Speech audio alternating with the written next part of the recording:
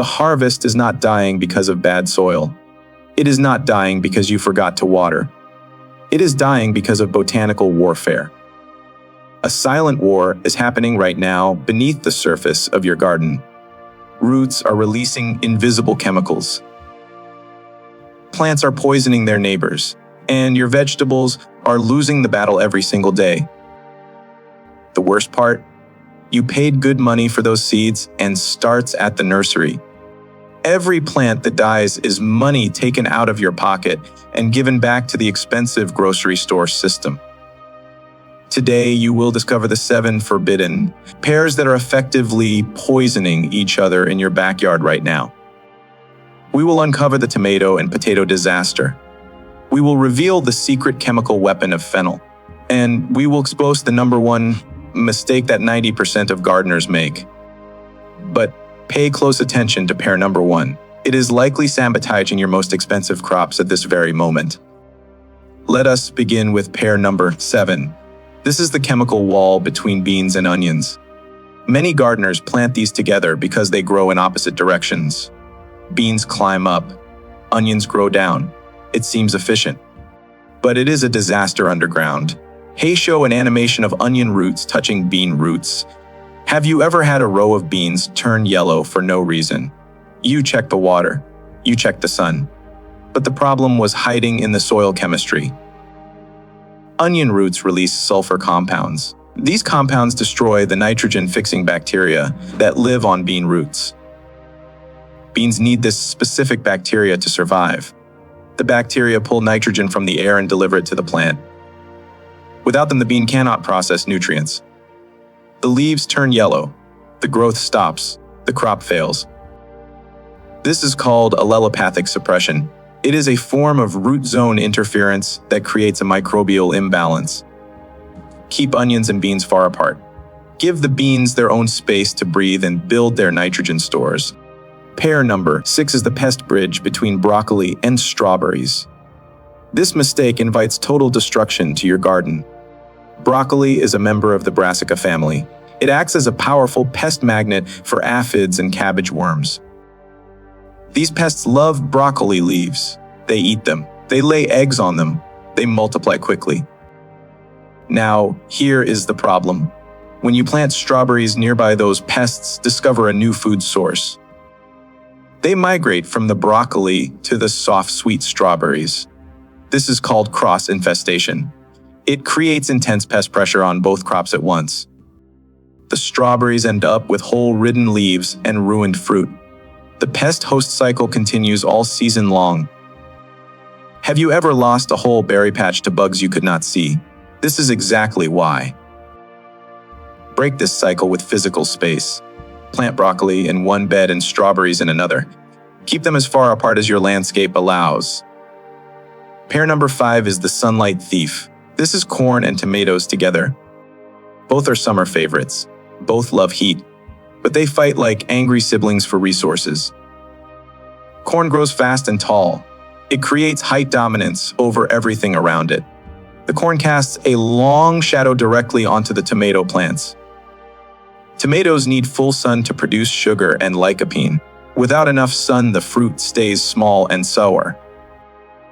But the problem goes deeper than light. Corn and tomatoes are both heavy feeders. They pull massive amounts of nitrogen from the same shallow soil layer. This creates intense nutrient competition. The soil becomes exhausted quickly. Both plants become weak. Both become less resilient to disease. The harvest suffers on both sides. Have you ever picked a tomato that tasted like watery nothing?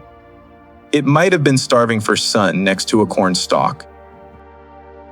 Plant corn on the north side of your garden. Let the sun reach the shorter plants. Give each crop its own dedicated food supply. Pair #4 is the mold factory. This is cucumbers and squash grown together. Gardeners love to plant all their vines in one spot. It saves space.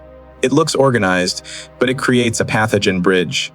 Cucumbers and squash are both highly vulnerable to powdery mildew. This fungus looks like white flour sprinkled on the leaves. It spreads fast through airborne spore dispersal. If one plant gets the infection, the other is guaranteed to die within days. The spores travel through the air and across touching leaves. This is foliar contact at its worst. The leaves turn white and crispy. The fruit stops forming. The whole bed becomes a mold factory. Have you ever watched a healthy cucumber vine turn white and die in just 1 week? This is the reason.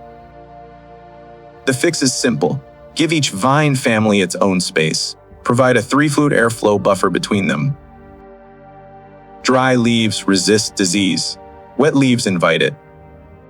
Pair number 3 is the silent bully. This plant is fennel. Fennel doesn't play nice with anyone in the vegetable patch.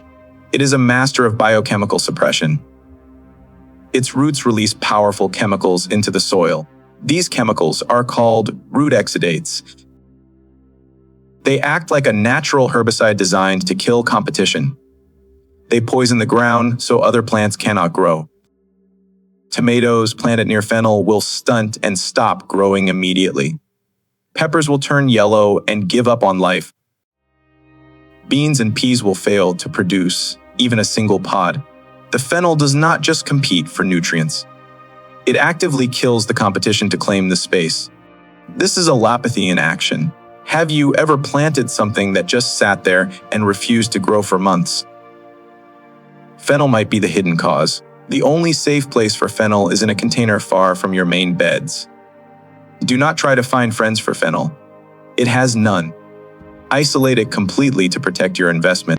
Pair number 2 is the space invader. This is mint and parsley grown together. Mint seems harmless. It smells good. It tastes good in tea. But underneath the soil, mint is a monster.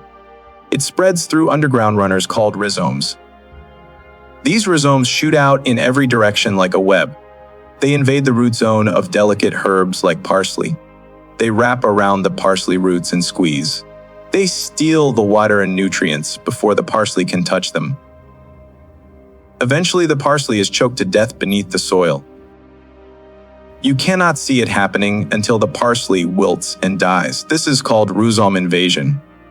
It leads to root-bound competition. Have you noticed your parsley wilting for no reason lately? This might be why. The only way to grow mint safely is in a dedicated pot. Never put it in the ground, and never trust it near your other herbs. Now we arrive at pair number 1. This is the master mistake. It is planting potatoes and tomatoes together. 90% of home gardeners make this error. It makes sense on the surface. They look similar. They are both in the nightshade family. They seem like natural partners. But they share the same DINA vulnerabilities. They attract the same pests like the Colorado potato beetle. They catch the same deadly diseases. The biggest threat is early blight. This fungus thrives when nightshades are planted in high density. The soil becomes a high-density zone for blight spores. If your tomato gets blight, your potato will get it within days. The leaves develop dark circles. The tubers rot in the ground. The entire harvest is lost. That is your hard-earned money in the trash. And here is the scary part. The blight spores remain in your soil for years through pathogen persistence. They wait for you to plant nightshades again next season. Have you ever had blight 1 year and then lost the next year's crop too? Now you know why. The fix is strict. Keep potatoes and tomatoes 50 feet apart. Never plant them in the same spot 2 years in a row. Rotate your crops every single season. So here is your new planting plan for a successful harvest. Keep onions away from beans.